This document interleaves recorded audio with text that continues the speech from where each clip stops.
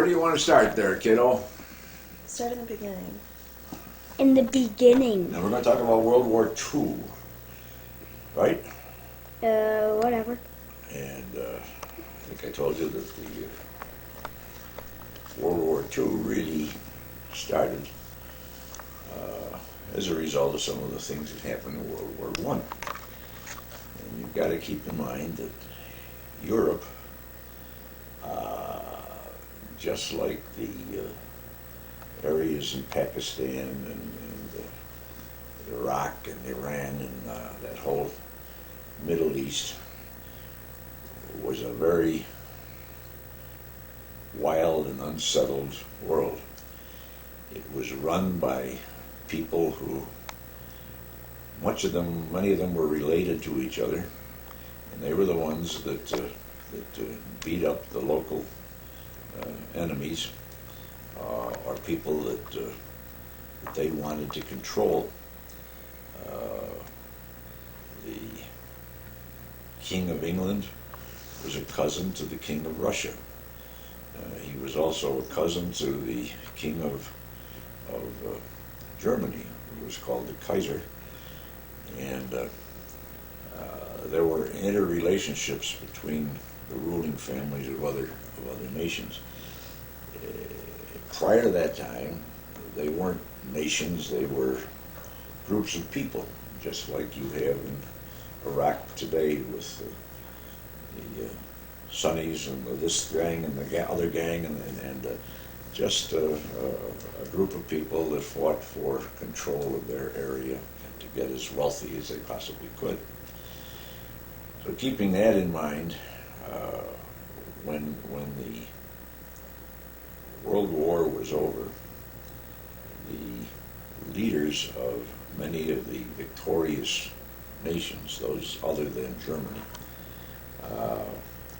had a treaty, or made up a treaty, that ended the war, but it also took areas away from Germany, and areas such as Poland, parts of France. They took and created new countries.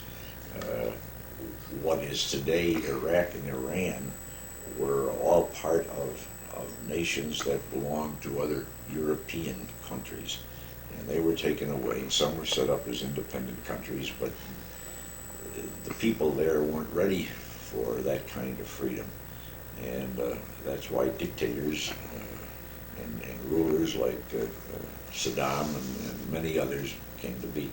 At any rate, as concerns World War II,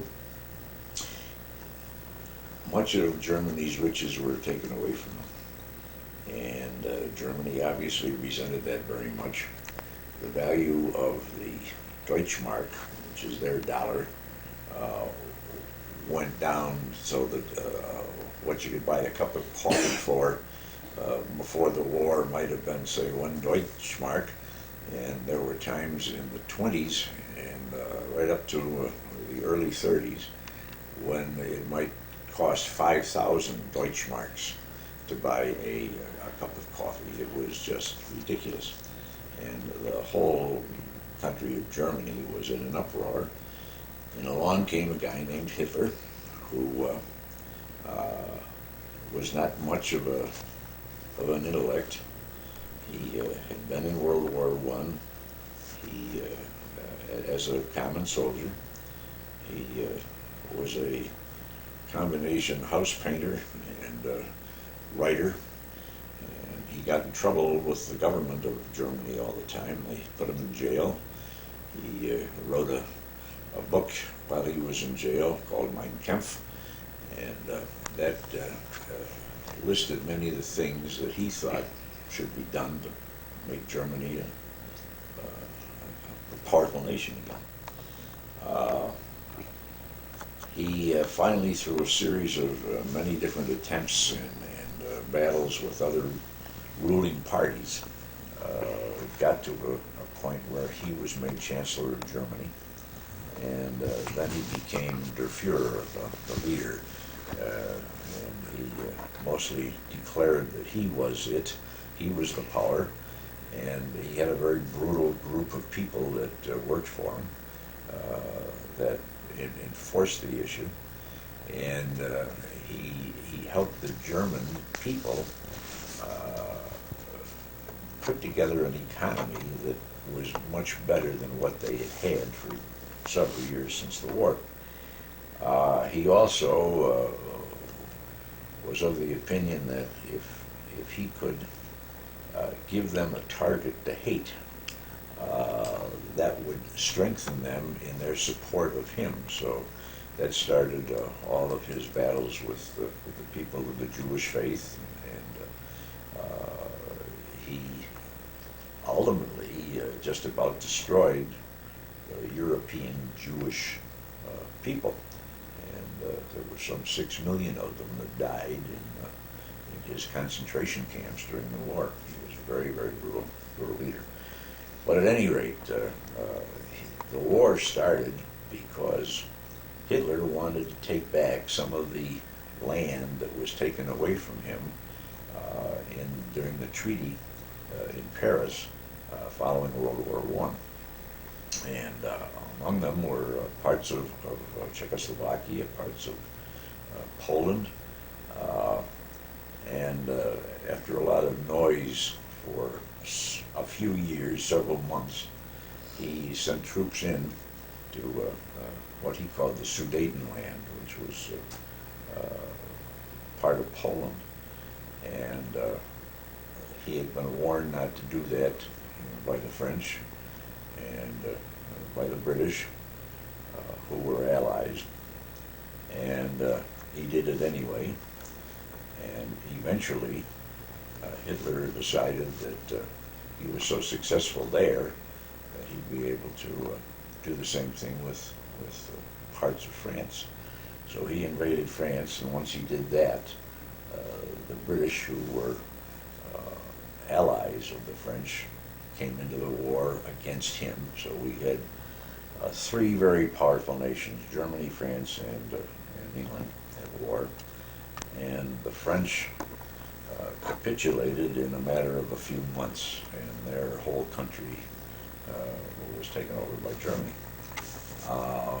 The next big goal for Germany was to take over England. And England was a very small nation. They had a very powerful navy, a small army, and they had the Royal Air Force, which was undermanned and not very powerful, but they, in anticipation of the war with Hitler, strengthened the Air Force. They developed some new fighter planes, and they trained a lot of pilots. And their Navy, which in part had been let run down after World War I, was rebuilt. And so when the war started between Germany and Britain, with primarily air attacks on Britain, the war got very, very severe, and they didn't have land battles because they were separated by the English Channel, and in those days they didn't have the type of equipment that we have today for fast movement of large troops. So the war was primarily in the air, and to a degree it's in the sea. Hitler had built a couple of massive battleships that were extremely powerful, but ultimately the British Navy pretty much knocked out that portion of the German Navy. Then Germany came up with a submarine fleet that was much better equipped than they had had before, and was much larger. And the submarines would be used to destroy British shipping. Well, about that time, the U.S. started to help the British people by selling them things, and by taking food from the U.S. to Britain. And these ships were suddenly in a position where they were attacked by German submarines. And to combat that, the U.S. Navy put men aboard commercial transport ships, and each one had a single gun of fairly heavy caliber mounted, and the U.S. Navy troops or crews would man those and attempt to keep the submarines away from the British or sometimes American ships carrying food and various products to England. That was the U.S.'s first entry into the war, but except for supplying Great Britain, England with money. We gave them and loaned them a lot of money. And at one time, we took some old World War I destroyers that the Navy had just ceased to use, but kept in floatable, usable condition. They fixed those up, and they had what they called the Lend-Lease Pack. And they gave, I believe it was something like 50 destroyers to Great Britain, which they needed very, very badly. And we, in turn, got to use several British outposts and islands, such as Bermuda and other areas that were helpful to our fleet. And ultimately, this got a great deal of enmity between the U.S. and Germany. Now, on the other side of the world, Japan had entered into a treaty with Germany and with Italy. Italy came into the war primarily because a man named Mussolini had taken over the operations of the Italian government. The king, I believe his name was Emmanuel, was still king, but he had no real power. Mussolini had all the power, and Mussolini had established what he called a fascist government, and they were partners with Hitler, even though Italy was never a very strong nation. They were not nearly as strong as Mussolini thought they were, but they could help Germany, so they did. And so those two countries were allied. And then in the early, really the late 30s, Stalin, who was the leader of Russia, also became an ally of both the Germans and the Italians. This was a very strange relationship, and before they knew it, Russia, who thought they had friends to the west of them and to the southwest of them in Germany and Italy, suddenly found themselves invaded by the Germans, and they then became desirous of help from the U.S.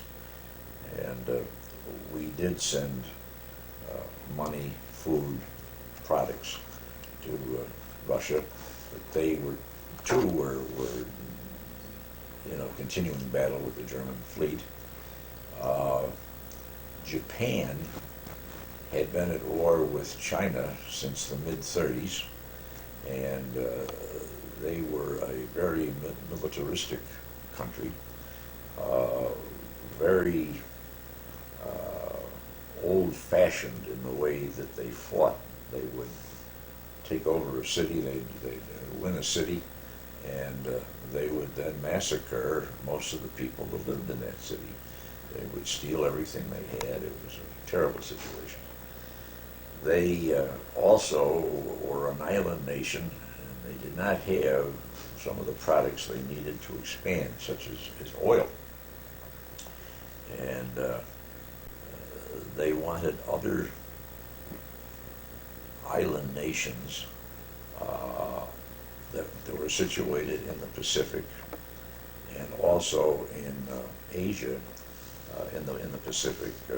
France had a control over a nation called French Indochina, and there were several other small nations they wanted to get hold of, and many of their people had moved from Japan to Hawaii, and the population of Hawaii was maybe 30 or 40% Japanese, and they wanted control over the Hawaiian Islands, which were in a position to control much of the Pacific Ocean. The U.S.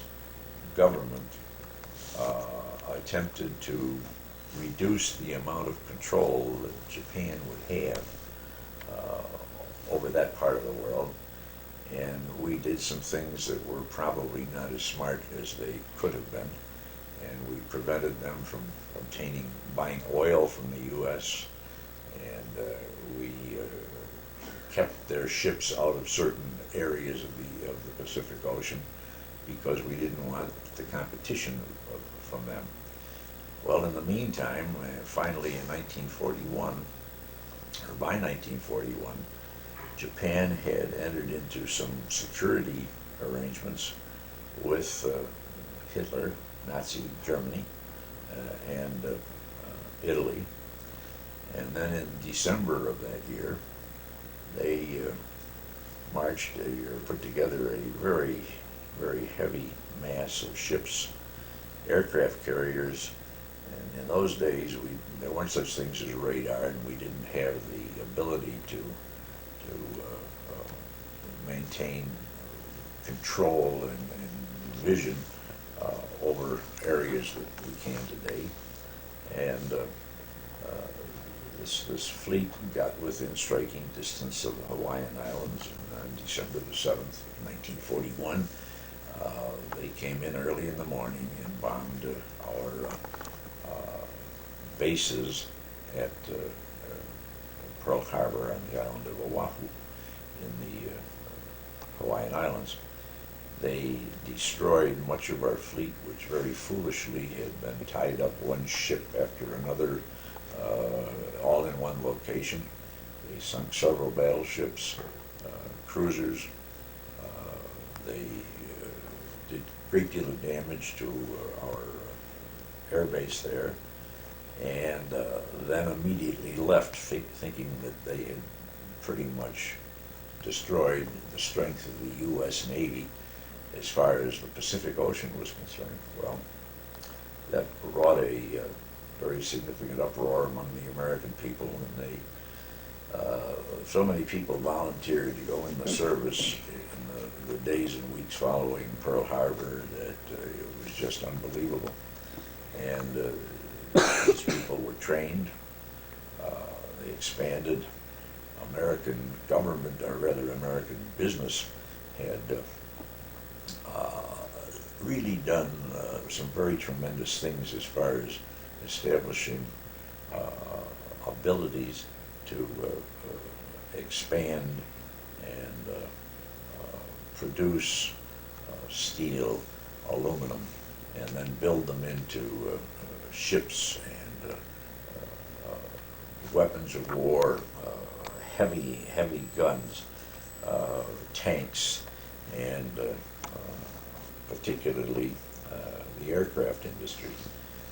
The airplane was first invented by Americans, and there were always American companies that were formed, and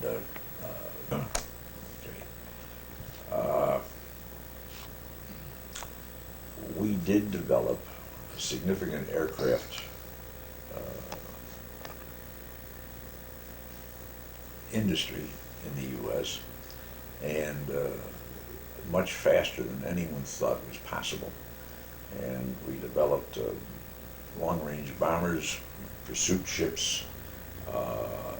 We increased the Navy. Once again, our Navy had been mothballed that is set aside after World War I. And there were a couple of large ships manufactured between World War I and World War II, and that gave us a great deal of strength. And as the war went on, we got more and more strength and developed more and more industries. And with that, we were able to fight back with the Japanese in the Pacific, and we sent troops to Europe, primarily into England, to defend them. And then by 1944, we had more troops in Europe than either the British had or the Germans had. And I maybe forgot to mention that Germany had taken over France, and France had absolutely no power whatsoever. They were just a dead issue. But at any rate, we worked with the British, and then in 1944 invaded France, which was then part of Germany, and then rode across France and into Germany. The Russians, in the meantime, had become enemies of the Germans, and the Germans had previously invaded Russia, but Russia was a huge nation and had heavy populations, and these people were trained to replace those that had been decimated earlier by Germany, and they had invaded Germany through Poland, Czechoslovakia, the Ukraine, and were approaching Germany proper from the east, and the U.S. and Britain were coming into Germany from the northwest. And I didn't mention it, but we had gone to war in Africa, which was North Africa was controlled by the Italians with the help of the Germans. And we beat them there, and then attacked Italy from the south. And it was pretty much a foregone conclusion that Germany would be beaten. However, they fought very, very strongly. But the U.S. and Britain from the south and the west, and the Russians from the east, took over Germany by early 1945, and then by, I think it was in May of 1945, Germany and Italy surrendered, and the war was over there, which just left the battles between the U.S. and Japan as part of World War II continuing. The U.S. then was able to divert many of the troops and ships that were used in the Atlantic against Germany to the Pacific, and were able to fight even more strongly against the Japanese. And ultimately, in August of 1945, after several invasions of Japanese islands and property, we developed the A-bomb, and we dropped a bomb on one city in Japan that killed thousands of people and destroyed a city, and we demanded that Japan surrender. They wouldn't. So the following week we dropped another bomb on another city, and it was devastating. And it killed thousands of people and destroyed another city, and the Japanese surrendered, and that was the end of World War II. Is that enough for you, young man? Ask Grandpa, because the questions that, as far as how did he get into it and what did he do and stuff like that? Yeah. Yeah. And what did you do before it? Well, How did you get into it? Why did you think it? I was in school, and I fibbed about my age and got a job after school helping to build airplanes in Buffalo, the Curtis Wright Company. And then I wanted to get in the war because at that time all American young men thought that the only thing to do was to get in the service. And there was a draft that was on. At 18 years of age, you signed up for the draft, and when your number was picked, you were in the service. And they accepted volunteers at age 17, but I was only 15, and I was determined to get in the war. So I took a copy of my birth certificate and changed the birth date so that I appeared to be 17. Was it in like pencil or what? No, it was typewritten. I took a razor and just scratched away the razor blade and scratched away the numeral 8, changed it to the numeral 6, and ran away from home, went to the city of Rochester, New York, and attempted to join the Marine Corps. And I was a skinny kid and didn't weigh enough to be a Marine. So I didn't have much money, so I went back to Buffalo to see if I could get some more money. And my mother and father found out where I was, and they agreed that if I would come home, they would sign the papers for me to enlist in the Navy. So they did, and I enlisted in the Navy, and spent the next 2.5, 3 years in the Navy.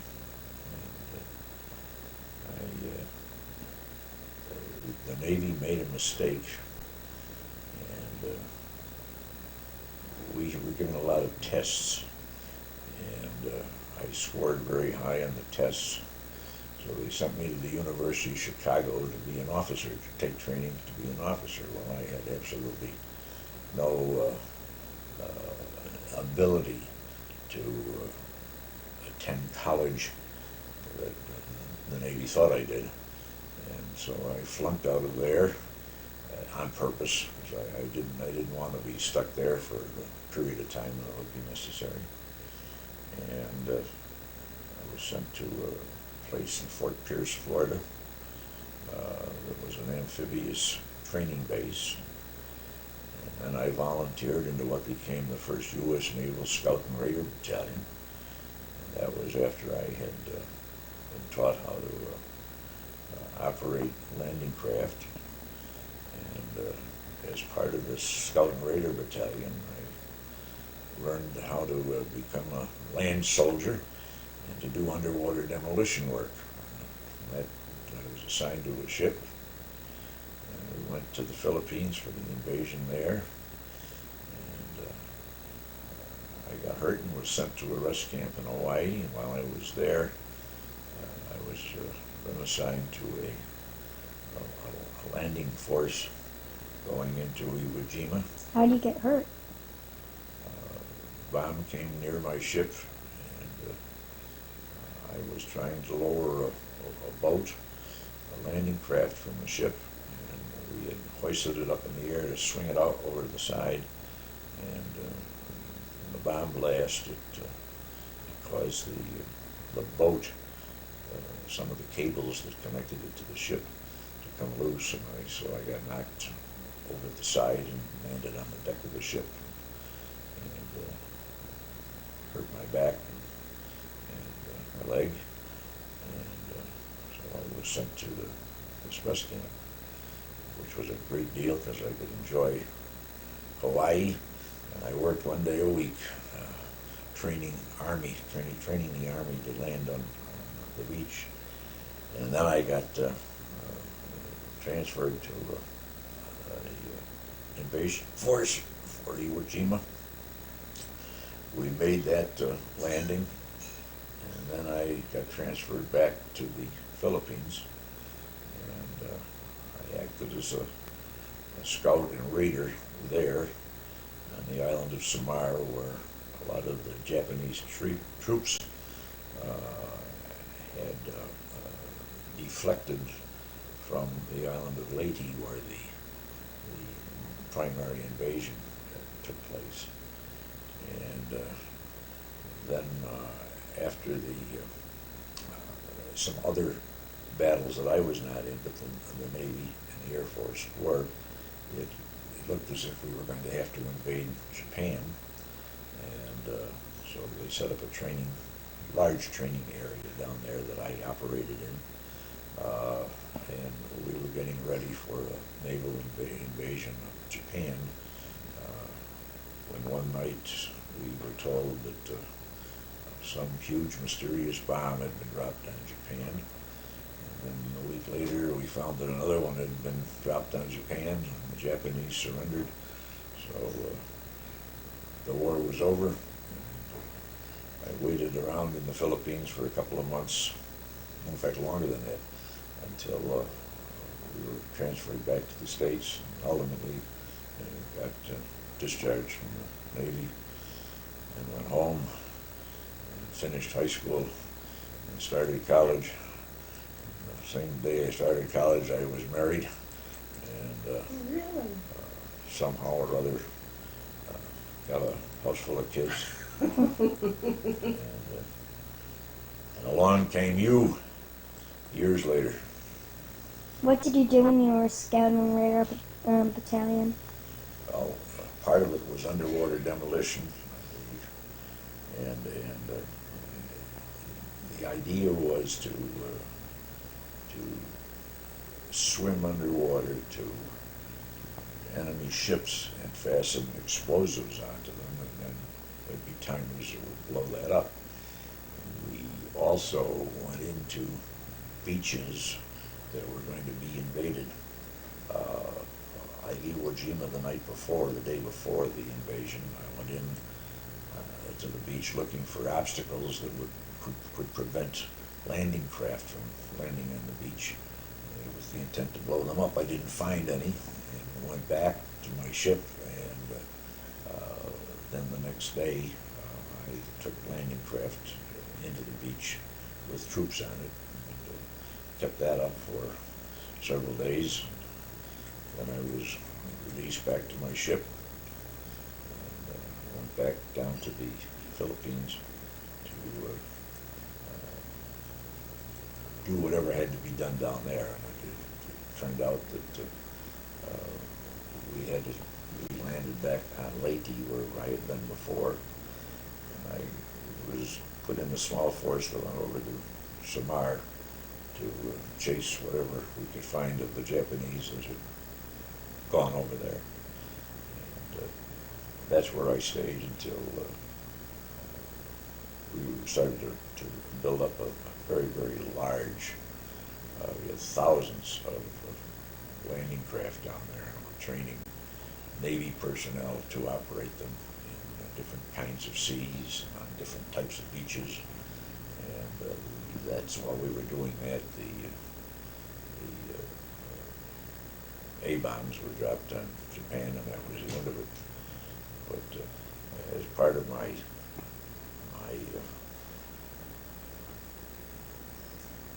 duties, between the time that the war was over and the time that I was transferred back to the States, I became Chief Master at Arms, which is like a police chief for a PT boat base in the Philippines. And we take these huge, monstrous PT boats out and just use them as pleasure craft. And you could get them up to about 60, 65 miles an hour in the ocean, and that was a lot of fun. But we weren't supposed to do it, so we didn't do it too often. But at any rate, that was fun.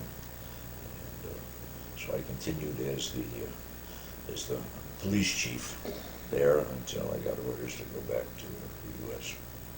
And that's the story of my huge naval career. How do you know when the war was over? Oh, well, radio kept everybody informed as to what was going on. It was a big deal. And every night you listen to the radio and find out what was happening, what had happened that day. What had happened the night that... That you got drunk and you fell into the foxhole. Well, now that's not a part of history, you understand. But we didn't have much to drink left on the base, and the Filipinos made a drink called tuba. Tuba was a fermented coconut juice that had turned partly into alcohol. So we drank up everything that was on the base, and I went out looking for some tuba. And I fell in a hole, and it was a big, deep hole, and I couldn't get out of the hole. And I didn't take a gun with me because the war was over that day. So all I could think of when I woke up in the bottom of the hole was some Jap's going to come along and shoot me. And then I heard some people coming, and then some laughter, and it was some guys who came out looking for their buddy, old Willie. So they pulled me out of the hole, and that was it. And that's the end of the history. Now, when you say landing, Go ahead. landing crafts, are you talking about airplanes? Did you fly? No. The boats that are the landing crafts. Both the landing craft. It was an LCVP. That was what I operated most of the time. And there's also an LCM. LCVP was 36 feet long, and it had a single diesel engine, and it carried 36 troops, 36 Army or Marines, and it had a crew of 3, of which I was in charge. And then the LCM was 50 feet long, and it was all steel, and it would carry a tank or a truck, a light tank or a truck, plus troops, or it could take in 50 troops. I liked the LCVP better because it was a little faster and you could do more with it. Where do you sleep in on the Philippines? Well, we ultimately had tents, and but before that, we just slept in holes in the ground, and that was not at all restful. So a few of us decided to sleep in the trees. Climb a tree at night, wedge yourself in, and go to sleep. What was your nickname? I don't think I had a nickname. They just called you by your last? By your last name or first name. That was, there was no formal designation, they just use your name. And then how much were you being paid? Well, when I first went in, we got 50. They had just increased the pay to $50 a month, and then after you were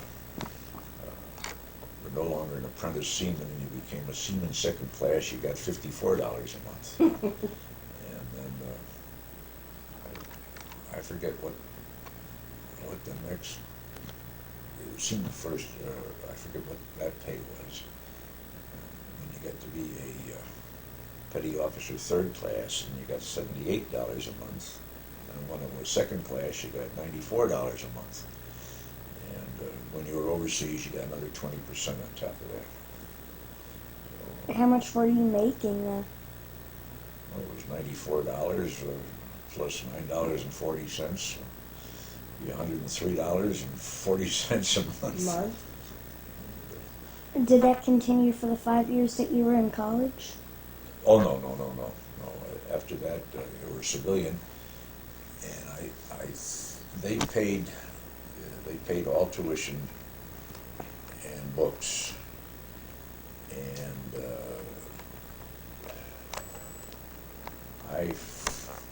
I forget exactly what it was, but what the payment was, but because I was married in college, I got more. I think it was somehow I want to say 105, but it could have been $155 a month.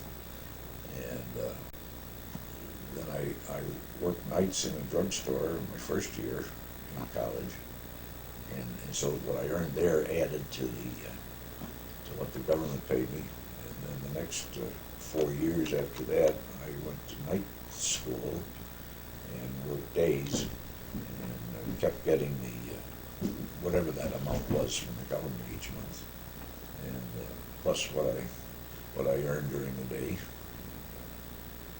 and that was the way we existed. How long was it from the time you got out of the service to the time you went back to school and married Mom? Well, I got out of the service in the spring of 46. Yeah. And I met a young lady that summer, and we got married the following year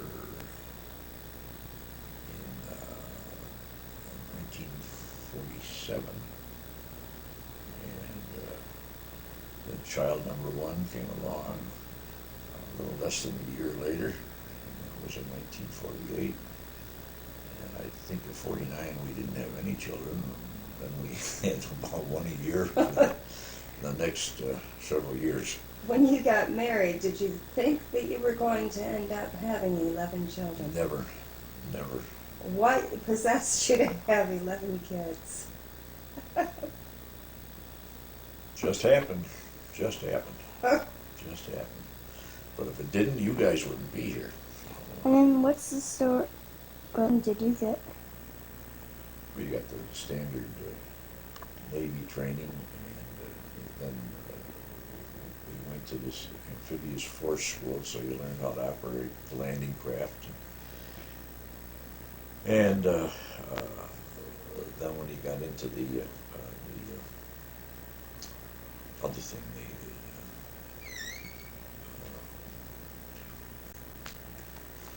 not the devil, was it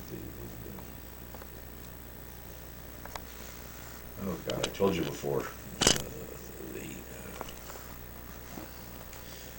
see, now I'm showing my memory is defunct. The Scout and Raider Battalion. Then you got advanced military training as well as advanced sea training, swimming, and you learned how to operate underwater. And of course, we didn't use any underwater gear other than a nose piece, so that you wouldn't suck in too much air, and you learned to get air when you could. Scuba equipment wasn't invented then? No. We did get, we ultimately got the flippers, and so you could travel farther in the water and faster. Like, how deep did you guys go? Oh, 30 feet, maybe 25, 30, 35 feet is the deepest that you would go. I did do some helmet diving for a short period of time after the war was over,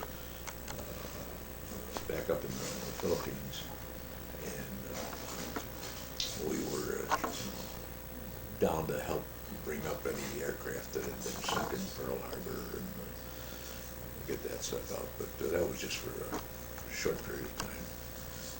On the way home, knocked off there and waited for another ship to take us back to San Francisco. We flopped around San Francisco for a few days, got on a train, and went back to Buffalo. Had a month off and then went down to, I forget the name of the place, on Long Island, down near New York. About a week got transferred, or got discharged rather, sent home. What was the happiest thing that, or the most memorable thing that's ever happened to you in your life? Oh God, I don't know. That's not necessarily a war story. Not Yeah. necessarily a war Sure. story, but No. a question that I'd like. Well, I think get married the first time, having kids, and then after I lost my wife, to find a young lady that I had known for about 10 years. That we had, your mother and I had first met them up in Canada, or met her up in Canada. She was up there with her. At that time, I think she had 2 kids, maybe 3. And she became buddy with your mother, and then a few years later, after having not seen each other for, I think, about 3 years, she suddenly moved a block away from us, down the street, and we got to be friends again, she and her husband and their kids. And her husband died. About a year and a half later, your mother died. She was very helpful in telling me how I should do things and the rest of it. And we decided we'd get hooked up. She'd take on the 11 and turn it into 15 kids. Wow. If there's one thing or a couple of things that you would want your children to know about you and your life, or There's nothing that you don't know that bits of is advice. worth. Work hard. Be honest. And that's really about it. Just do what you should do and be honest. As kind as you can to everybody. Don't take a lot of nonsense from anybody, but at the same time, be kind. Pack it up, kid. Yeah. Thank Thank you, you. Yes. That will be something that we will treasure forever. Aww. Ho, ho, ho, ho, ho, ho. Now, if I can get up, you guys get dressed. What? Because your mom's a mush pocket. Any more questions? I think Grandpa's talked out. Grandpa's talked out. Thank you, Grandpa. Absolutely. Thank you, Dad. I love you. Yeah, well, hey, that goes both ways, you know that.